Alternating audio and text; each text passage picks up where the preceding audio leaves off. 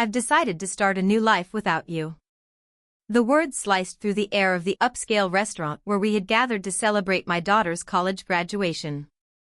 Gregory, my husband of 28 years, the man I had once believed would stand by me until the end, stood tall with his champagne glass still raised, his heartless announcement shattering not only the toast he was meant to make for Amelia's achievements but also the fragile pieces of my soul. The clinking of silverware ceased, conversations froze mid-sentence, and 50 pairs of eyes darted between Gregory and me, bracing for the explosion of tears, the wails of betrayal, the dramatic breakdown they all expected from a woman whose life had just been publicly dismantled. But instead, I smiled, a thin, deliberate smile hiding the aching storm within me. "Congratulations on your honesty." In the heart of an elegant, upscale restaurant, where clinking glasses and cheerful chatter once filled the air, everything came to a standstill in a single, devastating moment. It was supposed to be a day of celebration, a proud milestone marking my daughter Amelia's college graduation. Family and friends gathered, dressed in their finest, ready to honor her years of hard work and dedication. But instead of raising his glass in tribute to our daughter, my husband Gregory made an announcement that would fracture our family and my very sense of self. Standing tall, his champagne flute still poised mid-air, he uttered the words that would forever change my life. "I've decided to start a new life without you." His voice was steady, even unapologetic, as if he were casually mentioning a change of dinner plans. In that instant, the joy of the day evaporated, replaced by a thick, suffocating silence. Conversation stopped mid-sentence. Dozens of eyes darted between us, eagerly anticipating my reaction, expecting tears, perhaps screams, maybe even a public meltdown befitting the betrayal that had just unfolded before them. But I offered none of what they expected. I simply smiled, a small, deliberate expression that masked the tidal wave of pain rising in my chest. Beneath my calm exterior, my heart cracked wide open, the weight of 28 years crashing down upon me. I had spent nearly 3 decades building a life with Gregory, supporting his ventures, raising our daughter, and playing the role of the devoted wife. In one breath, he stripped that identity away from me. I didn't know it then, but what seemed like an ending would soon become the beginning of something I never imagined. "Congratulations on your honesty," I told him, each word carefully measured, each syllable a quiet stand against the storm he had unleashed. And with that, the foundation of my life began to shift. For nearly 3 decades, I had played the part of the perfect wife and mother, a role I had embraced with unwavering commitment. I had put my own dreams on hold, setting aside my ambition to open a financial consultancy for women, because Gregory always needed me. There was always a new business venture to support, a career shift to navigate, a passion project that would supposedly transform his life. And through each phase, I stood by him, the steady hand that kept our family afloat while he pursued the next big thing. When Gregory abandoned his stable job to chase his fleeting dream of crafting handmade furniture, it was me who picked up extra hours as a finance manager to pay the bills. When he lost money investing in a friend's doomed restaurant, I quietly tightened our household budget to keep us from sinking. I didn't complain. I believed that was what love looked like: sacrifice, patience, loyalty. Through it all, I focused on raising our daughter Amelia, pouring every ounce of my strength into giving her the stability and support she needed to thrive. She became my anchor, the one bright constant in the sea of uncertainty Gregory often created. I was proud to see her flourish, to watch her walk confidently toward her own future, even as I quietly wondered when I would get to reclaim mine. The most painful part wasn't just that Gregory betrayed me, it was that he did so after I had spent years sacrificing for his happiness, his dreams, his stability. I wasn't just losing a husband, I was being discarded after a lifetime of choosing him over myself.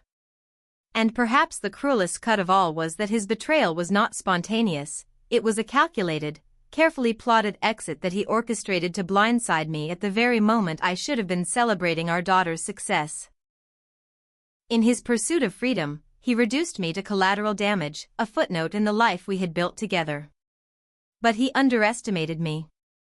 He didn't realize I had already begun to rewrite my story. 3 months before Gregory's grand announcement, I noticed something that didn't quite add up. Small, irregular transfers from our joint accounts began to appear, amounts just low enough to avoid immediate suspicion but significant enough to raise red flags for someone like me, a woman who had spent 2 decades managing the family's finances with precision. I could have confronted him then, demanded answers, but something told me to wait. Maybe it was intuition, or maybe it was the quiet distance that had settled between us over the past year. Instead of reacting impulsively, I began to document everything. I pulled bank statements, traced the transfers, and quietly built a timeline that painted a picture far worse than I had initially feared. Gregory wasn't just hiding money. He was funneling funds into a separate account he had opened in secret. The deeper I dug, the more I uncovered. Lavish dinners at restaurants we had never visited, expensive jewelry I had never seen, deposits made toward beachfront property, all in Cassandra's name. Meanwhile, at home, Gregory spoke of tightening our budget, asking me to scale back our spending in preparation for retirement. The hypocrisy was staggering. And then came the text messages, carelessly left on his unlocked phone, messages where he and Cassandra dreamed aloud about their new life together, their plans to start fresh, and most painfully, their detailed scheme to publicly end our marriage right after Amelia's graduation. He had chosen the moment carefully, believing I would be too shocked, too embarrassed to respond in front of family and friends. He believed he could control the narrative. What he didn't know was that I had already begun working with attorneys, gathering evidence, and preparing the divorce papers that would turn his carefully crafted plan on its head. I wasn't going to let him dictate the terms of my life's next chapter. While he thought he was orchestrating my downfall, I was quietly building my escape and my revenge. What Gregory never fully understood was that my years managing our family's finances weren't just a routine. I had built a level of expertise that would become my greatest weapon. While he plotted his dramatic exit, I quietly secured a legal advantage he never saw coming. 28 years earlier, when we first married, Gregory had insisted on a prenuptial agreement. At the time, it was meant to protect his future earnings and the small inheritance he had just received from his father. Ironically, that very document would become the foundation of his downfall. Unlike him, I had never forgotten the fine print. The prenuptial agreement contained a fidelity clause, one that remained in full effect for the entire duration of our marriage. While Gregory believed the prenup had long since expired, I knew better.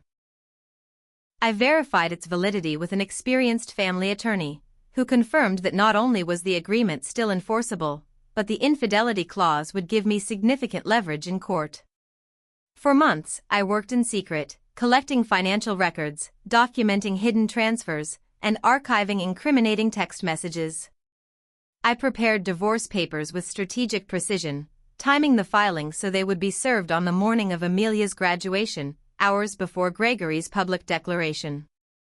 By the time he stood in that restaurant, so certain of his control, the legal wheels were already in motion. The documents were filed, the assets were flagged, and the court had sealed the case, leaving Gregory completely unaware of the storm that was about to descend upon him. He thought he had me cornered, believing I would crumble under the weight of public humiliation. But I had spent my life being practical, thinking 3 steps ahead. He assumed I was blind, but I had seen everything. The house, the savings, the joint investments, he thought they would be his stepping stones to a new life. What he didn't realize was that I had already built the fortress that would protect what mattered most. Gregory may have written the opening lines of this story, but I was the one scripting its ending. After leaving the restaurant, I didn't look back. I drove straight to the house Gregory and I had shared for over 15 years, a house he had already promised to Cassandra, though he didn't know I had seen the text messages detailing his intentions. Stepping inside, the familiar surroundings felt strangely distant, like relics from a life that no longer belonged to me. The family photos still lined the walls, the grandfather clock that had once belonged to my father still chimed in the hallway, and Gregory's favorite leather chair still sat perfectly positioned near the window. But everything had changed.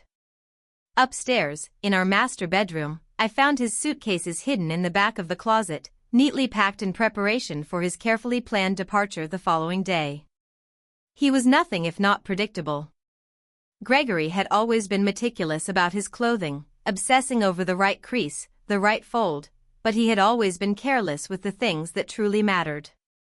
As I waited in the quiet house, my phone buzzed relentlessly, messages from concerned friends, from Amelia, and even from Gregory's sister, Diana. I only replied to Amelia, reassuring her that I was fine and that this was not her burden to carry. I had protected her from the truth for months, wanting her to focus on her final semester without the shadow of our broken marriage looming over her. She would be upset that I hadn't told her sooner, but I knew she would one day understand why I chose to shield her. Hours later, I heard Gregory's car screech into the driveway, the front door slamming open with a burst of frantic energy. "Bianca! What is this? What have you done?" he shouted as he stormed into the living room, clutching the divorce papers I had left for him.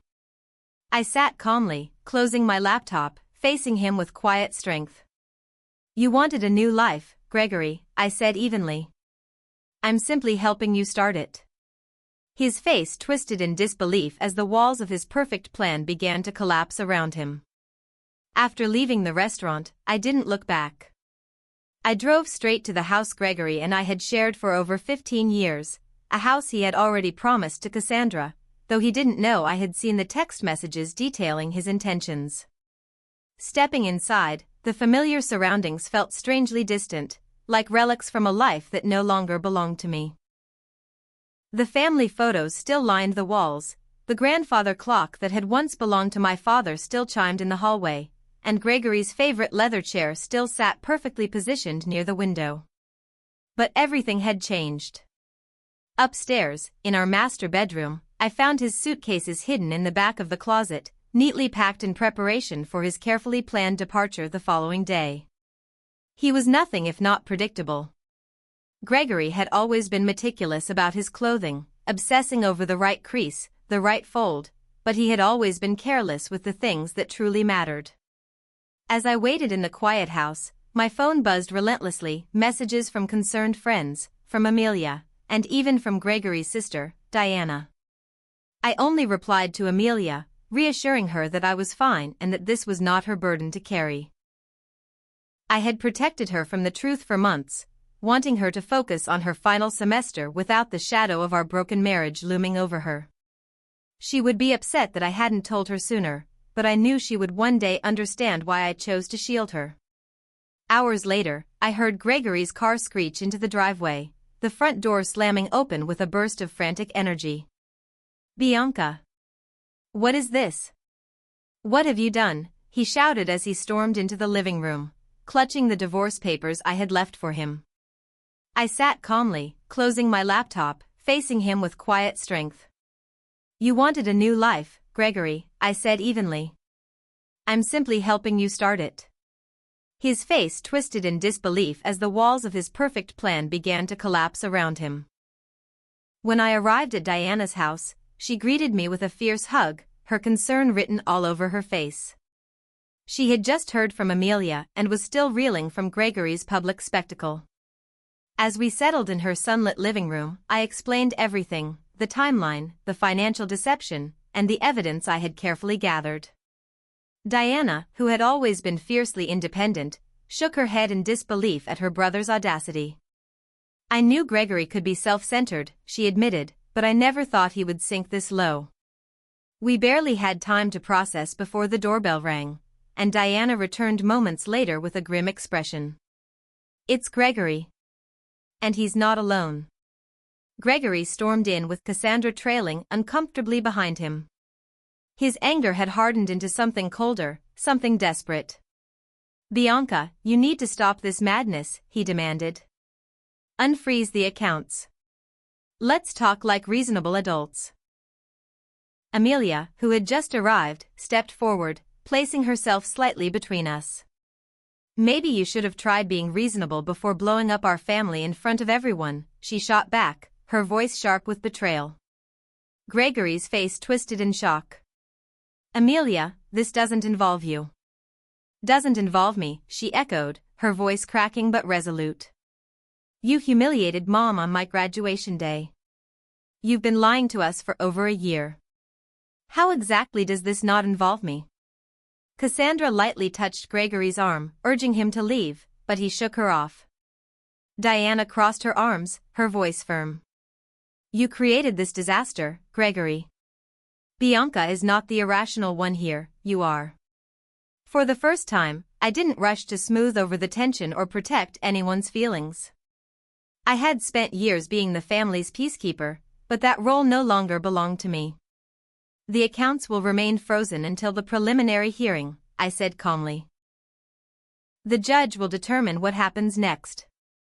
Gregory's carefully constructed facade was crumbling right in front of him, and this time, I had no intention of saving him. The preliminary hearing took place on a gray, rain-soaked Tuesday morning in a small, no-nonsense courtroom. I arrived with my attorney, Philip Anderson, a man known for his meticulous preparation and steady demeanor. Across the aisle, Gregory sat with a young corporate lawyer he had hastily retained, a clear sign of his unpreparedness. His choice was telling. He had expected a quick negotiation, not a battle he would lose on technicalities he failed to understand. The judge, an older woman with sharp eyes and no tolerance for theatrics, reviewed the prenuptial agreement carefully, her expression unreadable as she flipped through the pages. When Gregory's lawyer attempted to argue that the agreement had expired due to the length of the marriage, the judge cut him off swiftly. She read aloud the specific clause that stated the prenuptial remained active throughout the marriage and any resulting legal proceedings. There was no expiration date, no loophole. Gregory leaned in, whispering frantically to his lawyer, but it was clear he had nothing to stand on. As the judge continued, she turned her attention to the detailed evidence I had submitted: systematic fund transfers, concealed accounts, and documented financial misrepresentations. Mr. Caldwell's actions appear to violate the financial disclosure terms of this agreement, she declared firmly. Without hesitation, she ruled that the freeze on our joint accounts would remain in place pending full financial discovery. Gregory would retain access only to his personal account, ironically, the very account he had tried to use to escape this marriage. The family home, the retirement funds, and the majority of our joint assets would remain in my possession, all according to the fidelity clause he had once insisted upon. Gregory's face flushed dark red as the judge dismissed the hearing, setting a full trial date 30 days later. He muttered, "This is outrageous," but the judge's glare silenced him.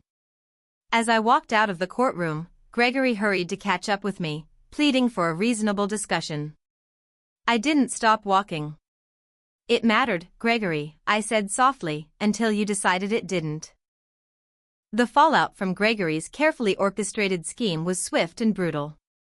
Word spread quickly through our social circle, but I refused to entertain gossip. When people called, I simply said, "Gregory and I are separating." These things happen. I let the truth speak for itself. Meanwhile, Gregory's pristine public image, the successful businessman, the devoted family man, began to crumble under the weight of the real story. Without access to our joint assets, Gregory's grand plans fell apart. The beachfront property he had been so eager to purchase slipped away.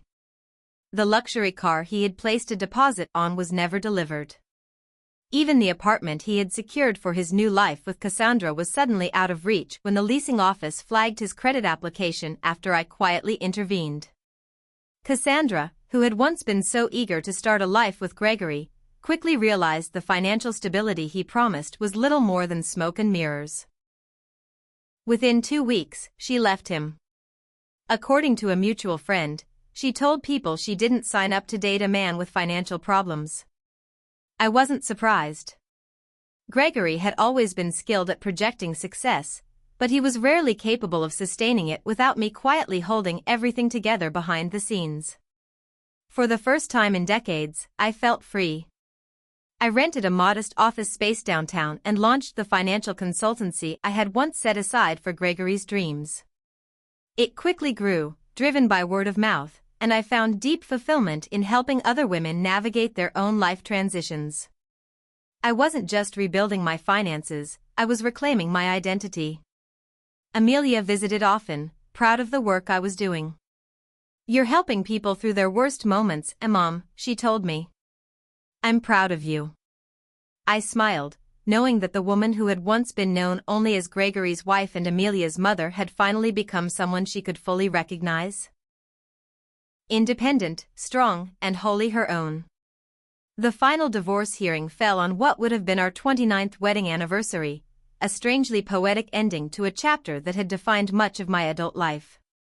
Gregory looked worn and defeated as he arrived, his carefully curated world having unraveled in a matter of months. His business was faltering without the quiet financial management I had always provided, and Cassandra had long since moved on. She was now dating a real estate developer in Savannah, someone who could actually deliver on the promises Gregory had once made.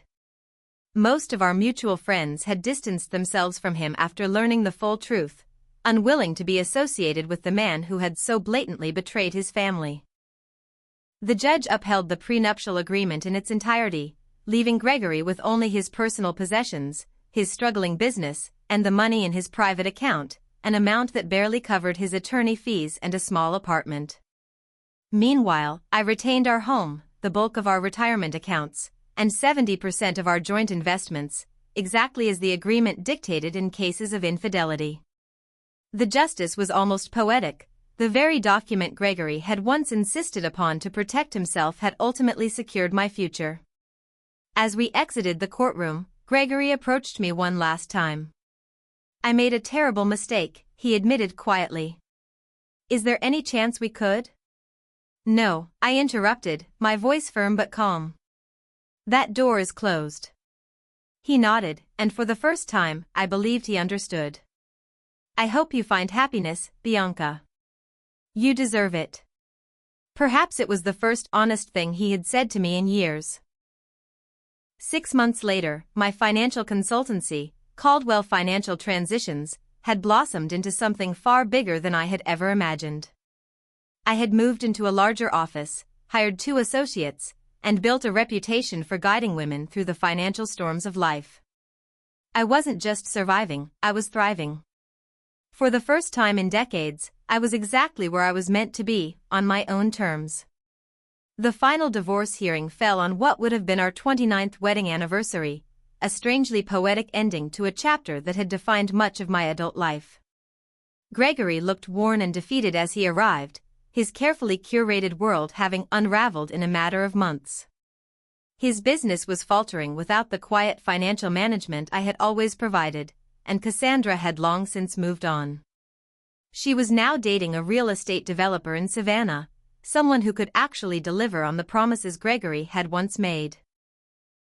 Most of our mutual friends had distanced themselves from him after learning the full truth, unwilling to be associated with the man who had so blatantly betrayed his family. The judge upheld the prenuptial agreement in its entirety, leaving Gregory with only his personal possessions, his struggling business, and the money in his private account, an amount that barely covered his attorney fees and a small apartment. Meanwhile, I retained our home, the bulk of our retirement accounts, and 70% of our joint investments, exactly as the agreement dictated in cases of infidelity. The justice was almost poetic. The very document Gregory had once insisted upon to protect himself had ultimately secured my future. As we exited the courtroom, Gregory approached me one last time. "I made a terrible mistake," he admitted quietly. "Is there any chance we could?" "No," I interrupted, my voice firm but calm. "That door is closed." He nodded, and for the first time, I believed he understood. "I hope you find happiness, Bianca. You deserve it." Perhaps it was the first honest thing he had said to me in years. 6 months later, my financial consultancy, Caldwell Financial Transitions, had blossomed into something far bigger than I had ever imagined. I had moved into a larger office, hired 2 associates, and built a reputation for guiding women through the financial storms of life. I wasn't just surviving, I was thriving. For the first time in decades, I was exactly where I was meant to be, on my own terms. In the end, the story wasn't about the betrayal, it was about what I chose to do after. Gregory's downfall wasn't the victory I had once imagined it would be. It wasn't about watching him lose Cassandra, his social standing, or the life he tried to build without me. The real victory was rediscovering who I was beyond the decades I spent as his wife. For so long, I had been defined by my support of him, by my sacrifices, by the family I worked tirelessly to hold together. But standing alone, I realized I was always more than that. I was always capable of building something entirely mine. 6 months after the divorce was finalized, my financial consultancy had outgrown its humble beginnings. Caldwell Financial Transitions had become a beacon for women seeking stability during life's most chaotic transitions.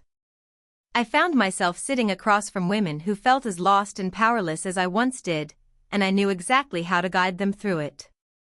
Every piece of advice I offered came from lived experience, every strategy rooted in my own hard-won lessons. In helping them reclaim their futures, I was continuously reclaiming my own. Amelia's support never wavered. She would visit, often bringing coffee, sharing her own career milestones with me. She would smile and say, "You've built something amazing, Mom. You've turned all of this into something powerful." And I would look at her and know that while Gregory's betrayal may have marked a painful ending, it also gifted me a beginning I never would have written for myself otherwise.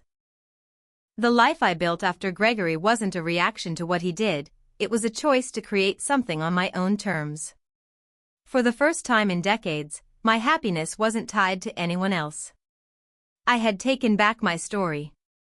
I had found peace, not in revenge, but in rebuilding. And that, I realized, was the greatest success of all. Looking back, I've come to understand that the greatest lesson in all of this wasn't about betrayal or revenge, it was about rediscovery and resilience. For years, I believed that self-sacrifice was the price of love, that being a good wife and mother meant constantly putting others before myself. I thought patience and loyalty would protect what I had built. But what Gregory's betrayal taught me was that sometimes, the life you fight to preserve is the very thing holding you back from becoming who you are meant to be. His decision to abandon our marriage could have broken me. For a moment, it almost did. But in that fracture, I found a door I never knew existed. A chance to reclaim the parts of myself I had long buried beneath expectations, routine, and silent compromises. I discovered that starting over isn't a sign of failure, it's an act of courage. In helping other women navigate their own transitions, I've seen how often we allow our worth to be measured by the roles we play in other people's lives. We become caretakers, supporters, the steady hands in the background, but rarely the authors of our own stories. My journey showed me that it's never too late to choose differently, to put yourself at the center of your life without apology. Gregory once thought he could control the ending of our story, but endings aren't the point, what matters is what you build after. I chose to build something that wasn't dependent on anyone's approval or permission. I built a life that belonged entirely to me. If my story can offer anything to those who hear it, I hope it's this: you are allowed to start over. You are allowed to want more. And you are worthy of building a life that honors who you truly are. Sometimes, losing what you thought you needed is exactly what sets you free. Bianca's story is a powerful reminder that no matter how late in life it may feel, it is never too late to reclaim your dignity, your independence, and your future. For years, she sacrificed her own dreams to support her family, believing that loyalty and patience would protect what she had built. But life has a way of teaching us that sometimes, what we fight hardest to preserve is actually holding us back. The lesson here is not just about betrayal, it's about rediscovery. It's about realizing that starting over is not a failure, but a courageous choice. In Bianca's journey, we see that the foundation of a fulfilling life must be built on self-respect and the courage to stand for yourself, even when it's painful. This story encourages all of us, especially those in their later years, to remember that our worth is not tied to our roles as spouses, parents, or caregivers. We can choose, at any point, to become the authors of our own stories. If Bianca's story resonated with you, please consider subscribing to the channel for more empowering narratives.